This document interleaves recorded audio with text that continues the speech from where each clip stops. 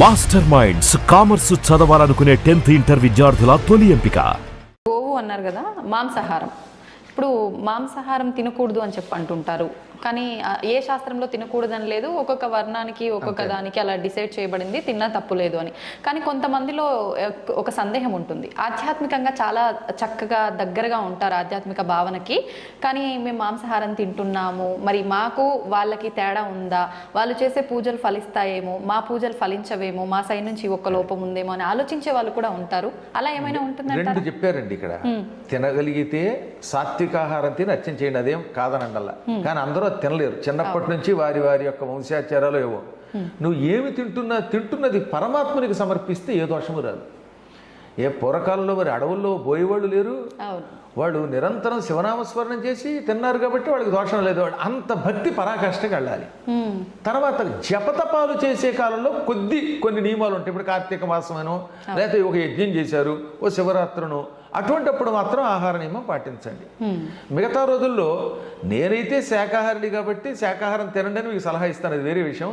కానీ అలవాటు మానలేనటువంటి వాడు అది మానేయద్దు. వాడు తింటూ కూడా పరమాత్మను అర్చించండి, అర్చించి కూడా తరించవచ్చు. సందేహం లేకుండా భగవంతుడికి ఇవేం అక్కర్లా. కాబట్టి నా వ్యక్తిగతమైన అభిప్రాయం మీ మీద రుద్దనం.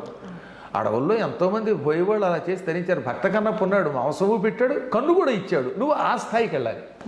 కన్నప్పని నువ్వు ఆదర్శంగా తీసుకున్నప్పుడు పందిని కొట్టి మాంసం నైవేద్యం పెట్టాడు శివుడికి. రేపు పొద్దున శివుడికి కష్టం వస్తే కన్ను కూడా తీశాడు. నువ్వు కూడా ఉపాసన చేస్తున్నప్పుడు అంత స్థాయి భక్తుడు. అదే నేను కోరేది. కానీ మన ధర్మాన్ని మాత్రం విడిచిపెట్టకు. హలాల్ అనే పేరుతో ఉన్నటువంటి అపవిత్ర ఆహారం తినకుండా నీకు తినాలనిపిస్తే ఏ అమ్మవారి దగ్గర చేసుకుని నీ భోజనం నువ్వు చెయ్యి, అంతే. అమ్మవారి దగ్గర అంటే అది బలి ఇవ్వటమే. ఆ బలి ఇచ్చుకుని ఇప్పుడు ఎలాగో వాడు మాండవు. అవును, బయట ఎక్కడో బదులు ఇది అమ్మవారికి సమర్పణ చేసి తింటే కొంత నయ్యం కదా. అది ఏదైనా భగవంతుడికి నివేదన చేస్తే అపవిత్రాహారం కూడా పవిత్రాహారం అవుతుంది కనుక అందుకని మన పెద్దలు అలా చెప్పారు. ఓకే ఓకే గురుగారు, ఇందాక మీరు అన్నారు రామ రామ అని చెప్పి ఒక పాట కూడా. అయితే మన పెద్దవాళ్ళు కూడా ఇంతకుముందు ఏంటి, ఇప్పుడు కూడా పెద్దవాళ్ళు పడుకునేటప్పుడు లేసేటప్పుడు రామకృష్ణ రామకృష్ణ అని తలుస్తూనే ఉంటారు. నిజంగా రాముణ్ణి కృష్ణుణ్ణి తలవాలంటారా? ఎవరి ఇష్ట దైవాన్ని వాళ్ళు తలుచుకోవచ్చు అంటారా? ఏదో ఒక భగవన్నమ్మా, శివ శివ అని వాళ్ళు లేరు, హరహర మహాదేవ, కొంతమంది పూర్వ మహాదేవ మహాదేవ అనేవారు. అంటే ఎక్కువగా రాముణ్ణి కృష్ణుని ఎందుకు తలుచుకుంటామంటే ఇద్దరు అవతారమూర్తులే, శ్రీమన్నారాయణుడి యొక్క దివ్య అవతారాలు. అందులో రాముడు మర్యాదా పురుషోత్తముడు. రామనామస్మరణం వల్ల రాముడు ఎలా నడుచుకున్నాడో అలా నడుచుకోవాలి. ఏకపత్ని వ్రతత్వము, మాటంటే నిలబెట్టుకోవడము, శరణన్న వాడిని రక్షించడము, టీవీగా రాజుగా పరిపాలించటము, ఎక్కడ పడితే అక్కడ పిచ్చివాగుడు వాక్కుండా గంభీరంగా పలకడము, ఇవన్నీ రాముడి లక్షణాలు. కాబట్టి రామనామస్మరణ వల్ల అవి నేర్చుకో. ఇక కృష్ణుడు సంపూర్ణ అవతారం. అది ఏ తే చాంశ కళాపుంస కృష్ణస్తు భగవాన్ స్వయం. భగవంతుడు 22 అవతారాలు ఎత్తినట్టుగా భాగవతంలో ఉంది. ఆ 22 అవతారాల్లో 21 అంశావతారాలు, ఒక్క కృష్ణావతారం పరిపూర్ణ అవతారం. ఆ పరిపూర్ణ అవతారంలో ఆయన చూపించిన మహిమలు ఇంకెవరూ చూపించలేదు. అన్నిటికీ మించి జగద్గురువు ఆయన. భగవద్గీత మనకు అందించిన గురువు అండి ఆయన. ఇక గురువు అనే శబ్దంలో జగద్గురువు మొట్టమొదటి ఆయనే. వసుదేవసుతం దేవం కంసచాణూరమర్దనం దేవకీ పరమానందం కృష్ణం వందే జగద్గురుం అని ఆయననే మనం జగద్గురువుగా కొలుస్తున్నాం. కాబట్టి అంతటి జగద్గురుడి నామాన్ని తలుచుకోవాలి. అందుకని రామ కృష్ణ అనుకుంటే అవతారములలో ఉన్న విశిష్ట లక్షణములు మనకి తెలుస్తాయి, ఆ కథలు తెలుస్తాయి. తద్వారా వాళ్ళలాగా మనం మారడానికి ప్రయత్నిస్తాం. పైగా ఈ నామములు ఇంకా తొందరగా రక్షిస్తాయి. రామనామానికి కృష్ణనామానికి ఉన్న శక్తి ఇంకంతా ఇంత కాదు, అనుభవించిన వాడికి తెలుస్తుంది. నేను తింటున్నా, తిరుగుతున్నా, నిద్రపోతున్నా కూడా లోపల లోపల ఆ నామం సాగుతూ ఉంటుంది. అలా సాగినప్పుడల్లా ఏదో తెలియని అలౌకిక ఆనందం పొందుతాను. అమ్మ, నాకు నిజంగా రాముడు కృష్ణుడు రెండింటి గురించి ఎన్నో పురాణాలు చెప్పినా అసలు కృష్ణావతారం, ఆ కృష్ణుడి యొక్క లక్షణాలు తెలుసుకుంటే ఎంత ఉత్సాహం కలుగుతుందో తెలుసునా. భాగవతాన్ని ఇప్పటి వరకు 371 సప్తాహాలు చేశాను. సప్తాహం అంటే తెలుసు కదా, 7 రోజుల పాటు భాగవతాన్ని పారాయణం ప్రవచనం చేస్తూ ఉంటాం. ఇప్పుడు 371వ పారాయణ కింద జరుగుతుంది మీరు వచ్చే సమయానికి. ఇప్పుడు అలా 371 అంటే నా జీవితంలో ఎన్ని రోజులు గడిపుంటానో ఆలోచించండి. సంవత్సరానికి 52 ఎన్ని వారాలు మినిమం అనుకుందాం కనీసం. 371 అంటే నేను కనీసం ఒక 6-7 సంవత్సరములు దానికే వెచ్చించాను అనమాట. ఇందులో సప్తాహాలకి పురాణాలు పక్కన పెట్టండి అనమాట. అందువల్ల నిత్యం కృష్ణుడిని తలుచుకోకుండా, కృష్ణుడి పాట పాడకుండా ఉండను. అందుకని మన పెద్దలే ఉన్నారనమాట, అలా అనుకోమన్నారు. ఈ రామకృష్ణ అనుకోవడమే కాకుండా అప్పుడు పాటలు కూడా పాడుకుంటే అసలు ఆ గానం వల్ల తొందరగా తరిస్తాం. కలియుగంలో కలవు సంకీర్తనాత్ ముక్తి. ఈ కలియుగంలో సంకీర్తన చేస్తే తొందరగా మోక్షం వస్తుంది. అందుకే మా భక్తుల చేత ఎప్పుడు నేను ఎన్నో కృష్ణ గీతాలు పాడించాను అనమాట. నాకు బాగా ఇష్టమైనది సింధు భైరవి రాగంలో శ్రీకృష్ణుడి పాట ఒకటి ఉన్నది. అది ఘంటసాల వారు ట్యూన్ చేశారు, సముద్రాల వారు రాశారు, సుశీల పాడింది. సినిమా వినాయక చవితి. సినిమా వినాయక చవితి కానీ అందులో కృష్ణుడు అనమాట. ఎంత గొప్ప పాట అండి. మ్యూజిక్ కూడా ఘంటసాలది. ఇంకా అలాంటి మనిషి ఇంకెక్కడ పుట్టాడు ఈ ప్రపంచంలో. నాకు ఆయన మీద ఉన్నంత వెర్రి పెచ్చ భక్తి ఇంకెవరి మీద ఉండదు. కారణం ఆయన జన్మ నాకు తెలుసు. ఆయన తర్వాత ఎవడైనా అలాంటి పాటగాడు మళ్ళీ పుట్టాడు గాయకుడు అంటే. ఒక 2 లైన్లు పాడండి గురుగారు. నిన్ను నెరనం మితిరా, నిన్ను నెరనం మితిరా మోహన కృష్ణ, నిన్ను నెరనం మితిరా దేవా ప్రేమావతారా,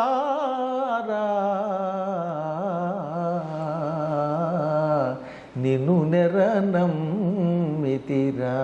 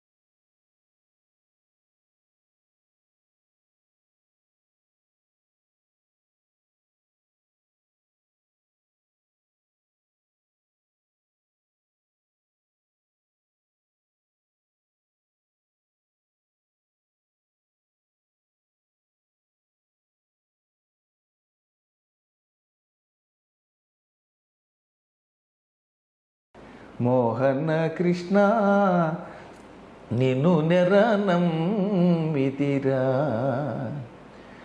నీ పద చింతన మీరిన మంత్రము, నీ పద చింతన మీరిన మంత్రము, నీ పద సేవకు మించిన పూజ.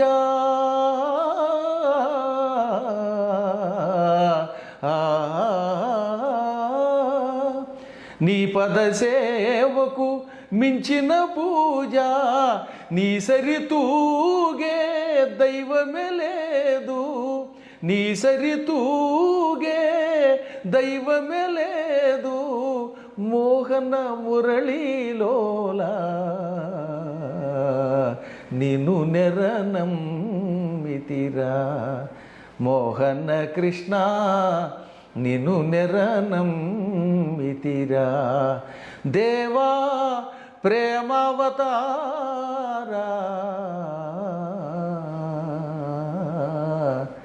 నిన్ను నెరనం మితిరా, నిన్ను నెరనం మితిరా. అద్భుతంగా పాడారు గురుగారు. నిజంగా ఈ పాట వింటుంటే స్వామివారి గురించి ఎంత చక్కగా వర్ణించారనేది చాలా చక్కగా అర్థమవుతోంది.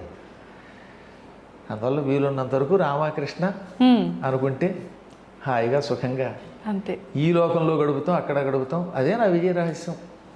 మీరు నిజంగా మొత్తం భగవంతుడి పైన ఆ ప్రేమ అదంతా కూడా అర్థమైపోతుంది మీరు పాడుతుంటే కళ్ళల్లో. చాలా చక్కగా పాడారు గురుగారు. అయితే గురుగారు మనం టాపిక్లోకి వెళ్తే ఇప్పుడు భక్తి మీరు ఇప్పుడు ఇంత ఇష్టంతో పాడారు. నిజంగా భగవంతుని గురించి పూజ చేయాలన్నా, మనం ఆధ్యాత్మికంగా ఆ వేలో వెళ్ళాలన్నా ఇలా పాటలు పాడితే సరిపోతుందా? కొంతమంది మాట్లాడుతుంటారు, మాట్లాడితే సరిపోతుందా? లేదు ఆడంబరంగా పూజలు చేస్తుంటారు, అలా పూజలు చేస్తే సరిపోతుందా? మీరు ఇందాక అన్నారు స్తోత్రాలు ఇలాంటివి అని చెప్పి, అలా చేస్తే సరిపోతుందా? లేదు ఇవన్నీ చేయాల్సిందేనా? ఇందులో ఏదో ఒక్కటి పట్టుకుంటే చాలు. ఒక చిన్న విషయం చెప్పాలి ఇక్కడ. ప్రథమం సర్వశాస్త్రాణం పురాణం బ్రహ్మణా స్మృతం అనంతరంచ వక్త్రేభ్యో వేదాస్తస్య వినిశ్రుతా. ఈ శ్లోకం పద్మపురాణంలో మొదటి సర్గలో, సృష్టిఖండంలో మొదటి సర్గలో 45వ శ్లోకం. ఇదే శ్లోకం యథాతథంగా మళ్ళీ బ్రహ్మపురాణంలో ఉంటుంది. దీనికి అర్థం ఏంటనమాట, ఈ సృష్టిలో మొట్టమొదట బ్రహ్మగారు పురాణములనే స్మరించెను. అనేక శాస్త్రాలు ఉన్నాయిగా మనకి, పురాణాలు, వేదాలు, ఇతిహాసాలు, స్మృతులు, ఇన్నిటిలో ముందు పురాణాలని తన హృదయంలో స్మరించుకున్నాడు. దాన్ని నారదునికి ఇచ్చాడు. నారదుడు రామాయణాన్ని వాల్మీకి చెప్పాడు, మిగతావన్నీ వ్యాసునికి చెప్పాడు. కాబట్టి వ్యాసుడు రాశాడు. వ్యాసుడు రాయడానికి ముందు బ్రహ్మగారే దీన్ని స్మరించాడు. కానీ బ్రహ్మ నోట్లోంచి ముందు బయటకు వచ్చినవి ఏమిటి? వేదములు బయటకు వచ్చాయి. అందుకని వేదములకేమో ప్రాధాన్యం, రెండు పురాణములు. కాబట్టి వేదములు పురాణములు రెండు పూర్తిగా చదివినవాడు విన్నవాడే బాగుపడతాడు. ఇవన్నీ ఏం చేశారు? అందరూ చదవలేరు కదా. వేదములు అనంతములు, ఊరికే అందులో 4 భాగాలు ఊరికే బయటికి పెట్టాం తప్ప అసలు వేదములు అనంతావై వేదాహ. ఇక పురాణములు ఎన్నున్నాయో లెక్కలేదు, కోట్ల శ్లోకాలు. ఇక ఉపపురాణాలు, ఈ ఇతిహాసాలు ఇవన్నీ ఎవరు చదవగలరు? వీటి సారాంశముగా వ్యాసుడు ఏమన్నాడు? 9 భక్తి మార్గములను అవలంబించన్నాడు. అంటే నాయన ఇవన్నీ చదవలేరు, ఇన్ని పూజలు, ఇన్ని యజ్ఞాలు చేయలేరురా, భక్తిని పట్టుకోండి. ఆ భక్తి 9 మార్గములలో ఉన్నది. ఆ 9లో ఒకటి ఏమిటనమాట? పురాణములు శ్రవణము, వినడము. భగవంతుని కథలు వినండి, విన్నా మీరు తరిస్తారు. అన్నీ చేయలేకపోతే ఏం చేయొచ్చు అనమాట? ఏ పద్మాకర్ గారు చెప్పిన పురాణాలు యూట్యూబ్లో ఉంటాయి. మొన్న చెప్పారు ఏకంగా 10,000 గంటల కంటే ఎక్కువ నా పురాణాలు. 10,000 గంటల పద్మాకరని కొట్టేస్తే వచ్చేస్తే వరుసగా మొత్తం 18 పురాణాలు నేను చెప్పాను. పూర్వం చెప్పిన వాళ్ళు యూట్యూబ్ లేవు కనుక లేవు. అంత పూర్వం కూడా పెద్దలు ఎంతో మంది చెప్పుంటారు కదా. కానీ ఇప్పుడు నా అదృష్టవశాత్తు యూట్యూబ్లో నా శిష్యులు పెట్టారు, వాడు గొప్పవాడు. అది మీ అదృష్టం కాదు గురువు గారు, మాలాంటి వాళ్ళ అదృష్టం. అవి ఎల్లకాలం మేము వినగలుగుతాం, ఉండిపోతున్నాయి కదా. ఆ విధంగా బ్రహ్మశ్రీ వద్దిపర్తి పద్మాకర్ అఫీషియల్ ఛానల్ అని పెట్టి అందులో పెట్టారు. కోడే జగదీష్ గారని డెమాయిన్లో ఉంటారు, అయోవా స్టేట్లో. ఆ మహానుభావుడే ఈ ఛానల్ నాది పెట్టి తద్వారా ఇవన్నీ అందులో అప్లోడ్ చేయించారు. శిష్యులందరినీ పెట్టి ఎంతో మందిని అందులో ఇన్వాల్వ్ చేసి. కాబట్టి మొత్తం ఈ పురాణములలో ఎంతో కొంత వినండి. వినడం వల్ల తొందరగా తరిస్తారు. చదవడం కంటే వినడం తేలిక కదా. ఇప్పుడు నేను చెబితే కొంచెం తేలిక అర్థం అవుతుంది కదా ఉన్నంతలో. అందువల్ల శ్రవణం, కీర్తనం అంటే ఇప్పుడు నేను చెప్పినట్టుగా పాడడం, పొగడడం, సంకీర్తనము లేక స్తోత్రాలని నోటితో అనడం కూడా కీర్తనమే. ఇది రెండవది. మూడవది స్మరణం. ఒకటేమో శ్రవణం, 2 కీర్తనం, 3వది విష్ణోహ స్మరణం. స్మరణం ఇందాక చెప్పినట్టుగా రామ, కృష్ణ, గోవింద, వాసుదేవ, నమ శివ ఏదో ఒకటి స్మరించుకో లోపల పైకో. పాదసేవనం. పాదసేవ అంటే ఇప్పుడు విష్ణువో శివుడో నా పాదాలని సేవించే భాగ్యం మనకి ఎవరుగా? మహాత్ములను సేవించుము. అది పాదసేవనం అంటే. మీ తల్లిదండ్రులు వాళ్ళు దేవతా స్వరూపులు, మీ గురువులు దేవతా స్వరూపులు, వాళ్ళకి పాదసేవ చెయ్యి. కుంటివాళ్ళు పాపం గుడ్డివాళ్ళు నిజంగా అలా అనకూడదు, దివ్యాంగులని పేరెట్టారు మన ప్రధాని గారు. అటువంటి పుణ్యాత్ములకి సేవ చేయి, పాదసేవ చెయ్యి. లేదా వాళ్ళకి ఏదో అన్నం పెట్టు. ఇదంతా భగవంతుని పాదసేవ. ఆ తర్వాత అర్చనం. ఇదో పూజలు చేయటం, పువ్వులతో పూజో లేకపోతే ధూపదీపాలతో షోడశోపచారాలతో గుళ్ళోకి వెళ్ళి అర్చనం చెయ్యి. వందనం, నమస్కారం చెయ్యి. భగవంతునికి, భగవద్భక్తులకి, పెద్దలకి నమస్కారం చెయ్యి. దాస్యం, సేవ చెయ్యి. ఇప్పుడు ఆంజనేయుడు ఉన్నాడు కాబట్టి ఆయనకి అదృష్టవశాత్తు రాముడు ఎదురుగుండా ఉన్నాడు కనుక సేవ చేశాడు. లేదా ఇంకొక ఆయనకి ఏ దేవుడో కనబడ్డాడు, అక్రూరుడు ఉన్నాడు, ఆయనకి కనబడ్డాడు, చేశాడు. ఇప్పుడు ఈ కలియుగంలో దాస్యం ఎలా చేస్తాం? భగవంతుడు కనబడటం లేదు అందరికీ. అందుకని ఏమన్నారు? గుడులను బాగు చెయ్యి, గుడులకు వెళ్ళి దాన్ని శుభ్రం చెయ్యి. అందుకే మా సత్సంగం తరపున గుడి బడి అని ఒకటి పెట్టాం. మా వాళ్ళు ఇప్పటికి 10 సంవత్సరములుగా మొత్తం భారతదేశంలో ఉన్న ఆలయాలని బాగు చేస్తున్నారు. అమ్మ చెబితే ఆశ్చర్యపోతారు. పండరీపురం వెళ్ళారు, పాండురంగ ఆలయానికి. ఆ ఆలయం అంతా శిథిలావస్థకు వచ్చి పాడైపోయి గుళ్ళు మీద మొక్కలు కూడా లేచిపోయాయి. 5 లక్షలు ఇస్తే కానీ బాగు చేయమన్నారట కూలివాళ్ళు. పాపం అంత డబ్బులు అక్కడ లేవు. ఇంతలో మా వాళ్ళంతా వెళ్ళారు, ఒక 500 మంది. బెంగుళూరు నుంచి, అమెరికా నుంచి, హైదరాబాద్ నుంచి వాళ్ళంతా. 500 మంది. యూట్యూబ్లో ఉంటుంది చూడండి, గుడి బడి పండరీపురం. ఈ 500 మంది వెళ్ళి 3 రోజులుండి మొత్తం గుడిని 5 లక్షలు ఇస్తే కానీ బాగు చేయలేమన్న గుడిని తమ సొంత ఖర్చులతో వెళ్ళి చేసి వచ్చేశారు. వాళ్ళు మాకు సర్టిఫికేట్ పంపారు, అయ్యా మీ శిష్యులు ఎంత అద్భుతంగా చేశారండి, గుడిని నభూతో నభవిష్యత్ అనే రీతిలో తీర్చిదిద్దారని. ఇప్పుడు ఆ గుడికి సేవ చేయటమే భగవంతుడికి దాస్యం. కష్టాల్లో ఎంతో మంది ఉన్నారు, వాళ్ళకి సేవ చేయండి, అది భగవంతుని సేవ. ఆ విధంగా గుడిని వాటిని బాగు చేసి అక్కడ కాసేపు పారాయణ చేస్తే అది పరమాత్మ సేవ అవుతుంది, అది దాస్యం అంటే. ఆ తర్వాత భగవంతుడితో స్నేహం అంటే భగవద్భక్తులతో పురాణములతో స్నేహం చేయండి. ఆత్మ నివేదనం, నిన్ను నువ్వు పరమాత్మకి సమర్పించుకో, నా సమస్తం పరమాత్మది అనుకో. ఈ విధముగా శ్రవణం, కీర్తనం, విష్ణోహ స్మరణం, పాదసేవనం, అర్చనం, వందనం, దాస్యం, సఖ్యం, ఆత్మ నివేదనం, ఇందులో ఏ ఒక్కదాన్ని పట్టుకున్నా తరిస్తాం. 9 పట్టుకుంటే ఇక వాడికి తిరుగులేదు. ఇప్పుడు ఈ చెప్పింది ఎవరనున్నారు? ప్రహ్లాదుడు చెప్పాడు వాళ్ళ నాన్నకి. ఇది ప్రహ్లాదుడు చెప్పిన భాగవత శ్లోకం. పోతన గారు అందంగా తెలుగులో ఇంకా బాగా అనువాదం చేశాడు. తను హృద్భాషల సఖ్యమున్, శ్రవణమున్, దాసత్వమున్, వందనార్చనముల్, సేవయు, ఆత్మలో ఎరుకయున్, సంకీర్తనల్, చింతనం వను, ఈ 9 భక్తి మార్గముల సర్వాత్మున్ హరిన్నమ్మి సజ్జనుడై ఉండుట భద్రమంచుతలతున్ సత్యంబు దైత్యోత్తమా. ఎంత చక్కగా చెప్పాడు. కాబట్టి ఇందులో ఒకటి పట్టుకున్నా చాలు. ఊ పరుల కోసం ఆడంబరం అక్కర్లా. ఓ 100 కొబ్బరికాయలు కొట్టేస్తే ఆయన ప్రత్యక్షం కాడు. ఊరికే కేవలం పాలు పోసినంత మాత్రం చేత శివుడు ప్రత్యక్షం కాడు. నిజమైన భక్తితో ఒక్క చుక్క నీళ్లు పోసినా సంతోషిస్తాడు. చిత్రం చెప్పమంటారా? రాజశేఖర చరిత్ర అని ఒక కావ్యం ఉన్నది. రాజ అంటే చంద్రుడు, రాజశేఖరుడు అంటే ఏమిటి? చంద్రశేఖరుడు అనగా శివుడు.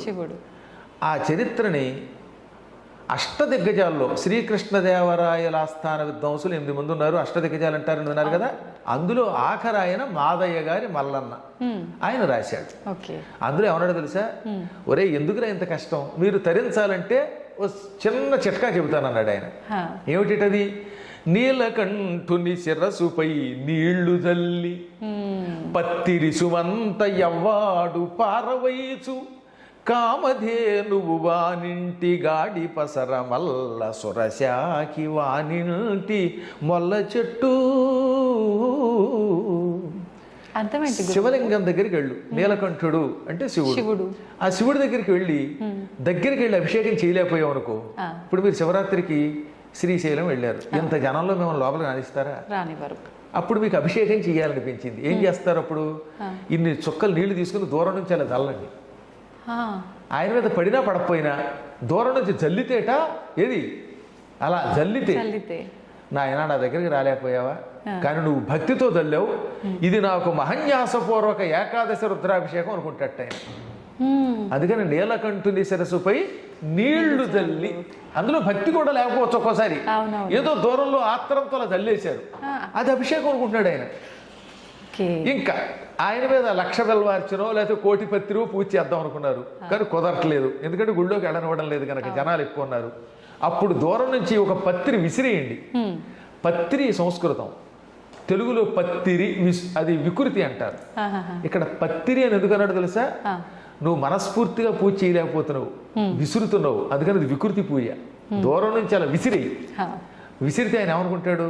పాపం వాడు భక్తుడే, దగ్గరికి రాలేకపోతున్నాడు జనాలు ఉండడం వల్ల, అయినా విసిరాడు, ఇదే నాకు 1,00,000 బెల్వార్చన అనుకుంటున్నాడు.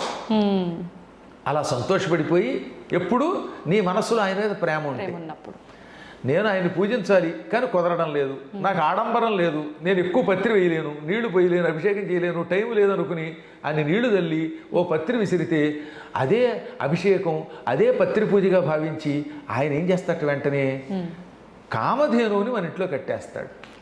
నీళ్లు తల్లినందుకు కామధేనువుని మన ఇంట్లో కట్టాడు. కామధేనువు మన ఇంట్లోకి వస్తే లాభం ఏమిటి? కామధేనువు స్వర్గంలో ఉంటుంది, పాల సముద్రం చిలికితే పుట్టింది, ఆవు దగ్గరికి వెళ్ళి ఏమడిగితే ఇది ఇస్తుంది. కామధేను లక్షణం ఏమిటి? కోరిన కోరికలు ఇస్తుంది. కామము అంటే కోరిక, కోరినవి ఇస్తుంది కనుక ఆ ధేనువుని, ఆవుని కామధేను అన్నారు.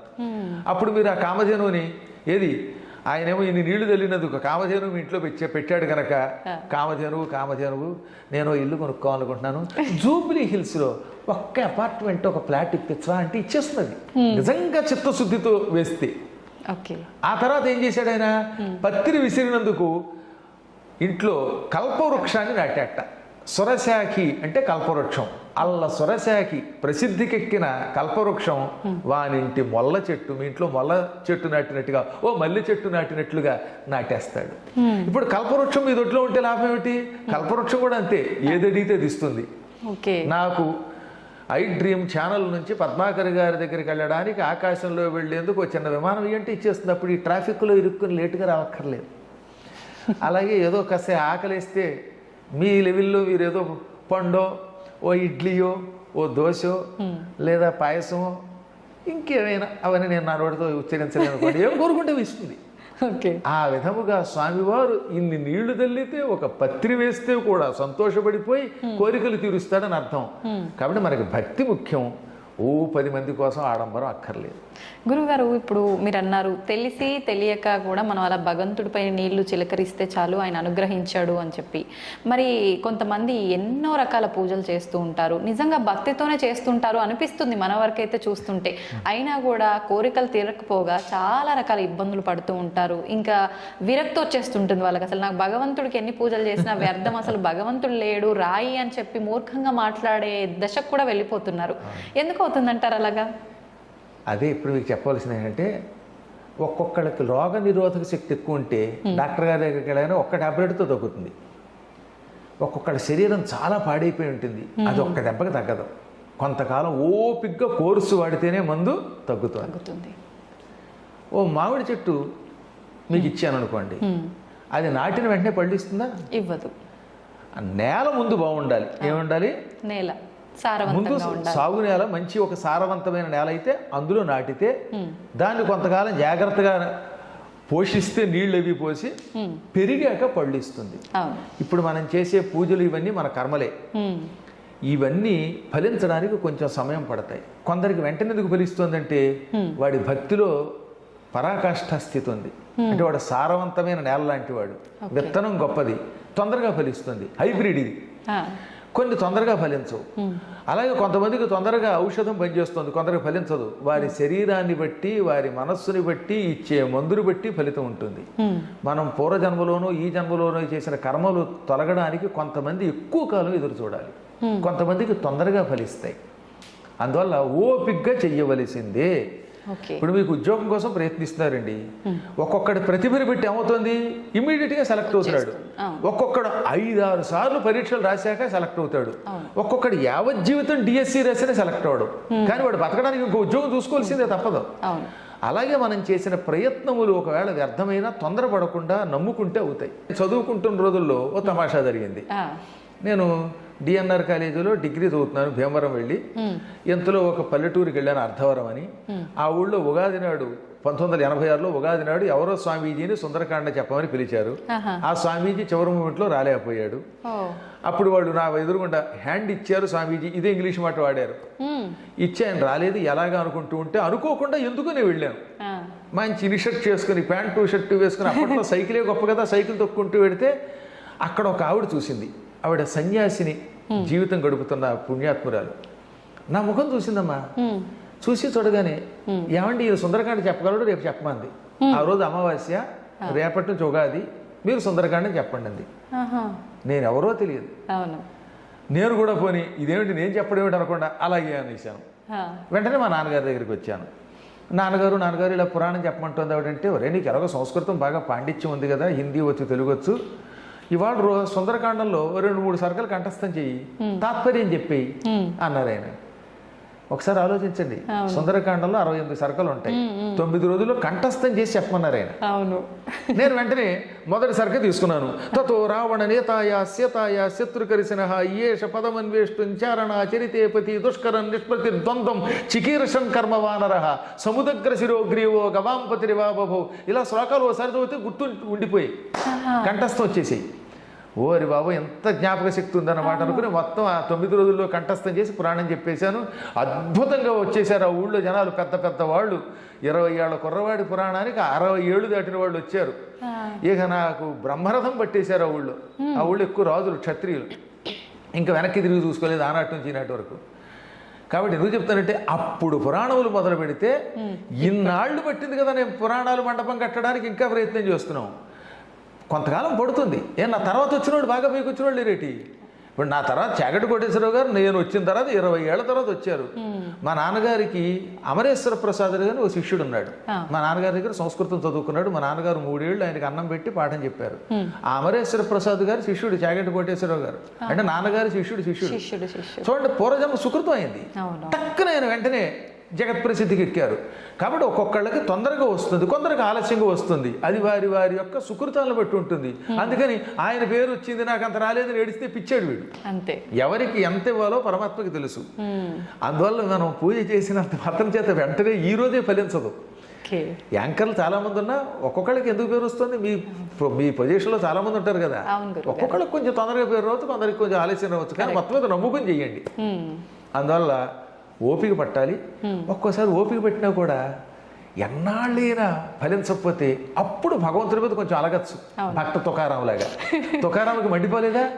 ఉన్నావా అని పాడా, అప్పుడు వస్తాడు దేవుడు.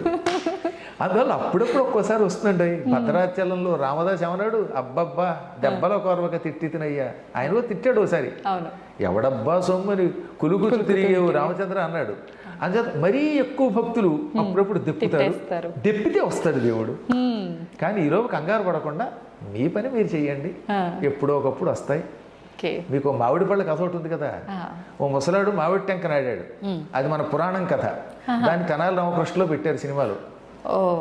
అది నిజానికి పురాణ కథే, పద్మ పురాణంలో కథే. ఓ ముసలాయన ఒక టెంకర్ పట్టుకెళ్ళి నాటుతున్నట్ట. ఏది నలుగురు తిరిగేటటువంటి ఒక బాట దగ్గర. ఎంతలో అటుగా పెడుతున్న రాజుగారు చూశారు. ఏమయ్యా నీకు ఎప్పుడే 70 ఏళ్ళు 80 ఏళ్ళు ఉన్నాయి, ఈ టెంక నాటితే ఎప్పటికి చెట్టు అవుతుంది, ఎప్పుడు పళ్ళు ఇస్తుంది? అంటే ఈ చెట్టు పెరిగి పళ్ళు ఇచ్చేదాకా ఇంకా బతుకుదాం అనుకుంటున్నావా అంటే, మహారాజా మన పెద్దలు ఎలా అనుకుని ఉంటే ఇవాళ మామిడి చెట్లు మనకు వచ్చేవా అన్నాడు ఆయన. ఇవాళ ఈ టెంక నాటేది నా కోసం కాదు, నా తర్వాత తరాల వాళ్ళ కోసం, వచ్చే జన్మలో నా కోసం పోని. అలాగే ఇవాళ మీరు చేసే పూజలు మీకోసమే కాదు, మీ తర్వాత తరం వాళ్ళ కోసం, రాబోయే జన్మ కోసం.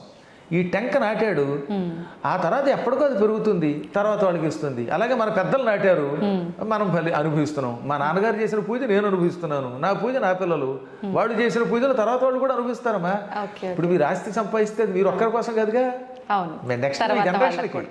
మీ ఇల్లు మీ ఇంట్లో వాళ్ళకి ఇస్తారు. కానీ ఎంత అభిమానం ఉన్నా పద్మాగర్ గారికి ఎవరు, ఆయన ఎంతో పండితులు, ఆయనకి ఇచ్చేద్దామని పొరపాటు అనుకోరు. అందువల్ల మీ హస్తి మీ పిల్లలకి వెళ్ళినట్టే మనం ఈ సంపాదించే పుణ్యం మన పిల్లలకు వస్తుంది అనమాట. ఎంత మంచి పాట అది అసలు. పుణ్యంతో పాటు మనం చేసిన పాపపు కర్మ కూడా వెళ్తుందా గురుగారు? గ్యారంటీగా. పుణ్యమైన పాపమైన ఏదైనా వారసులకు వెళ్ళవలసిందే. అది ఎక్కువైతే ఇక్కడ అనుభవిస్తాం. అచ్చొక్కటై పుణ్యపాపై ఇహైవ ఫలమొస్తునుతే. ఎక్కువగా చేసిన పుణ్యం పాపం ఇక్కడే ఇప్పుడు అనుభవిస్తాం, కొంచెం తక్కువ చేస్తే కొంచెం ఆలస్యంగా అనుభవిస్తాం. కాబట్టి పూజలు చేసేవాళ్ళు కొంచెం ఓపిక పట్టాలి. పాత పాపాలన్నీ తుడిచేదాకా చూసుకోవాల్సిందే. మనం ఆ పాటనే గుర్తుపెట్టుకోవాలి. నాటేది ఒక్క మొక్క, వేసేది 100 కొమ్మ, కొమ్మ కొమ్మ విరగబూసి వేలాదిగా.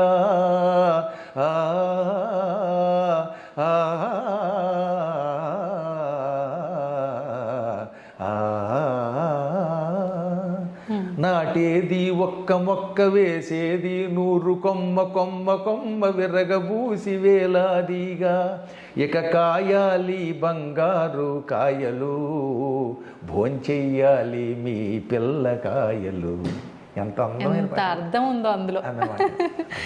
చెయ్యమనండి, ఓపిక తెచ్చుకోమనండి, తప్పక పరమాత్మని అనుగ్రహం మాత్రం కలుగుతుంది.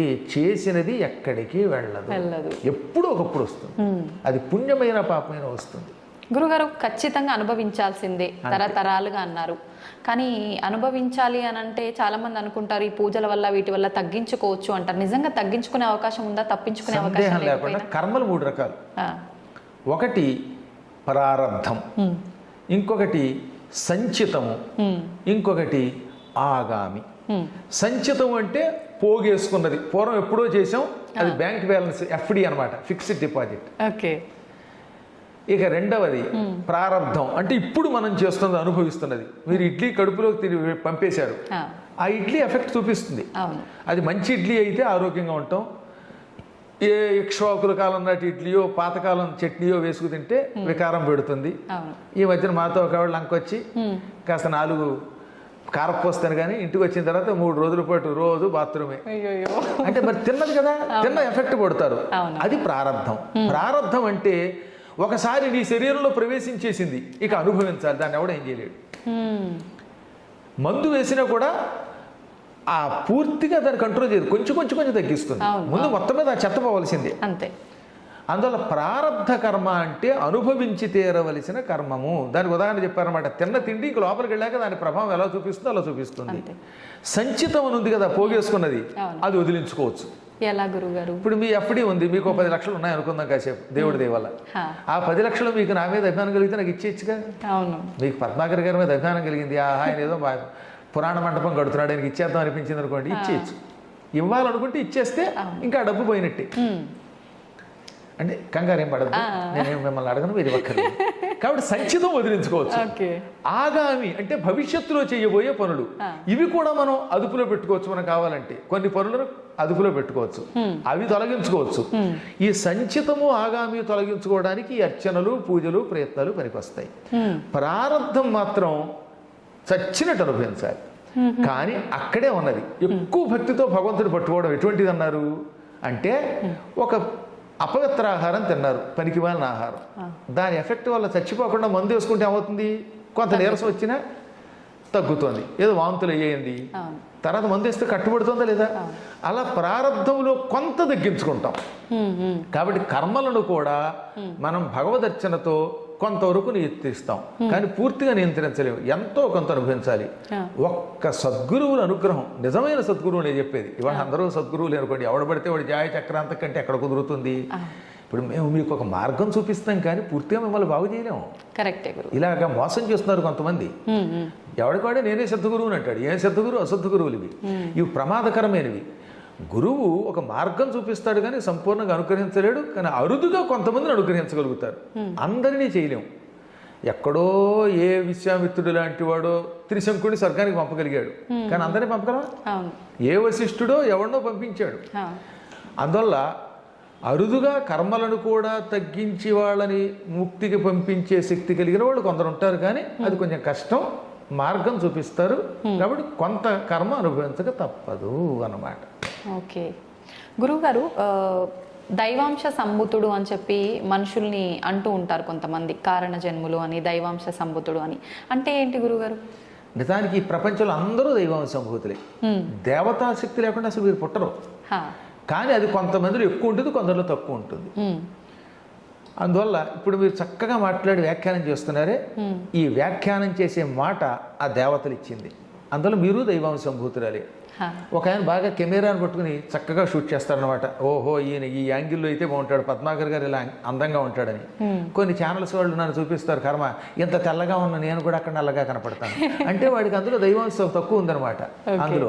కాబట్టి ఆయనకి కెమెరాలు ఆ రంగంలో ఉన్నది. కొందరు బాగా పాడతారు, కొందరు బాగా మాట్లాడగలుగుతారు, కొందరు తినగలుగుతారు. తినడం కూడా దైవాంశే, తింటే అరుగుతుందిగా. కాబట్టి అందరం కారణ జన్ములే. తానెందుకు పుట్టాడో తెలుసుకుని ఆ కారణమును సఫలీకృతం చేసుకున్నవాడు ధన్యాత్ముడు. కొందరికి తెలియదు తాను ఎందుకు పుట్టామో, పట్టించుకోరు, ఆ శక్తుల్ని వృధా చేసుకుంటున్నారు. అందువల్ల మనం సాధన చేస్తే దైవాంశతో పుట్టిన మనం దైవం అవ్వచ్చు. సాధన చేయకపోతే దైవాంశతో పుట్టిన ఎందుకు పనికి రాకుండా అయిపోతాడు. ఎంతో మంది అలాగే మట్టిలో పుట్టి మట్టిలో కలిసిపోతారు, పుట్టలో చెదలు పుట్టినట్టుగా పుడుతున్నారు. కాబట్టి సాధన చేసి ప్రతి వ్యక్తి గొప్పవాడు అవ్వచ్చు.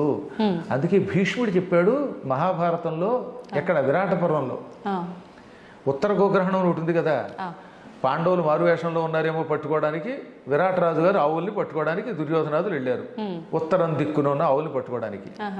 అప్పుడు ఆయన పాండవులు ఎందుకు వల్ల గొప్పవాళ్ళు అవుతారో చెప్పాడు దుర్యోధనాదులతో. నల్లవు నిక్కమాడె నృపనందను ముందట ద్రోణుడొక్కడు తెల్లముగాగా బాహుబల ధీబల దైవ బలంబులప్ప వర్తిల్లుదురు అన్నాడు ఆయన. అంత పద్యం అక్కర్లేదు, కానీ ఈ ఒక్క ముక్క మనకు కావాలి. పాండవులకి మొదట బాహుబలం ఉన్నది, పుట్టుకతో బాహుబలం ఉన్నది, శరీర బలం ఉన్నది. ఇక్కడ బాహుబలం అంటే చేతులని కాదు, కేవలం శారీరక బలం ఉన్నది. అది మన చేతిలో లేదు కదా, మన తల్లిదండ్రులు హెరిడిటీగా ఇస్తారు, జీన్స్ అంటాం. పుట్టుక మన చేతిలో లేదు కనుక బాహుబలం అనేది మన చేతిలో లేదు. కానీ మొత్తం మీద వాళ్ళు పుట్టడంతో శరీర బలంతో పుట్టారు, అది అదృష్టం. రెండవది బుద్ధిబలం ఉన్నది. ధీబలం అంటే బుద్ధిబలం. ఈ బుద్ధిబలం పుట్టుకతో కొంత ఉంటుంది, బాగా పెంచుకోవడం వల్ల పెరుగుతుంది. మీ దగ్గర అందరికీ జ్ఞాపక శక్తి ఉంటుంది, కానీ దాన్ని ఏం చేయాలి? పదులు పెట్టాలి, సాధన చెయ్యాలి. చేయగా చేయగా చేయగా చేయగా ఏమవుతుందన్నమాట, బాగుపడుతుంది. నేను చూసిన ఒక యాంకర్ ఉండేది, నత్తి ఉండేది ఆవిడికి. నేను చెప్పి ధైర్యం చెప్పగా చెప్పగా ఇప్పుడు అద్భుతంగా మాట్లాడేస్తుంది. అస్సలు రావట్లేదు నత్తి, అస్సలు నత్తి లేదు, సాధనతో బాగొట్టుకుంది. అంటే ప్రాక్టీస్ మేక్స్ మ్యాన్ పెర్ఫెక్ట్ అంటే ఇదే. కాబట్టి సాధనతో దీబలాన్ని పెంచుకోవచ్చు. బాహుబలం మన చేతిలో లేదనుకోండి, బుద్ధిబలం దేవుడిచ్చిందని కూడా ఏం చేయొచ్చు అనమాట, పదును పెట్టుకోవచ్చు. పాండవుల దగ్గర దేహబలము బుద్ధిబలంతో పాటు దైవ బలం ఉన్నది. వాళ్ళు బాగా భక్తులు, కృష్ణుడి పట్టుకున్నారు. ఈ 3 బలములు ఉన్న వాళ్ళకి ఎప్పుడూ తిరుగు ఉండదు. కాబట్టి ఈ 3 బలములను మనం పెంచుకోవచ్చు. పెంచుకుంటే మనం జీవితంలో పైకి వస్తాం. మీకు ఉదాహరణ చెప్తాను. నా చిన్నప్పుడు నాకు కూడా తెలియదు ఇంత జ్ఞాపక శక్తి ఉన్నట్టుగా. ఇంచుమించుగా 5 ఏళ్ళు 6 ఏళ్ల వయస్సులో అనుకుంటాను, సుందర శివరావు గారిని ఒక ఆయన ఉండేవారు ఉంగుటూరు అనే ప్రాంతంలో. ఆయన నన్ను చూచి మా నాన్నగారిని, ఈ కుర్రాడు ఏం చెప్పినా అప్పచెప్పేస్తున్నాడండి, ఇటువంటి వాడిని బాగు చేద్దామని అల్లసాని పెద్దన గారి మనుచరిత్రలో ఒక పేజీ గద్యం ఉంటుంది. ఏమిటి గద్యం? పద్యాలు గద్యాలు అని ఉంటాయి కదా. పద్యం ఏమో ఎలాగో ఉత్పలమాల చంపకమాల ఇలాంటివి. ఇవి కాకుండా అప్పుడప్పుడు ఏం చేస్తారన్నమాట, ఏకధాటిని ఒక వచనం ఇస్తారు, పెద్ద పారాగ్రాఫ్ లాగా. పెద్ద పారాగ్రాఫ్. అలాంటి గద్యం ప్రథమ స్కంధంలో ఉంది, మొదటి ఆశ్వాసంలో, ప్రథమ ఆశ్వాసంలో. పరీక్షించడానికి ఆ వచనం నా చేత చదివించి తొందరగా అప్పచెప్పంటే 5 నిమిషాలు కూడా పట్టలేదు, చదివి అప్పచెప్పేశాను నేను. అప్పుడు నాకు ప్రాక్టీస్ చేయటం వల్ల ఎంత లాభమో తెలిసింది. అందువల్ల ఇన్ని పుస్తకాలు కంఠస్థం చేశాం. ఓ పెద్ద పేజీ అనమాట. ఓ సిద్ధుడు ఉన్నాడు, ఆ సిద్ధుడు తీర్థయాత్రలు చేశాడు. ఆ ప్రవరుడనే ఆయన, నువ్వు ఏమేమి తిరిగావు అని అడిగితే, నేను ఇవి తిరిగాను అవి తిరిగాను ఏమిటి, మొత్తం ప్రపంచం తిరిగాను అని చెప్పడానికి ఈ గద్యంలో చెప్పాడు అనమాట.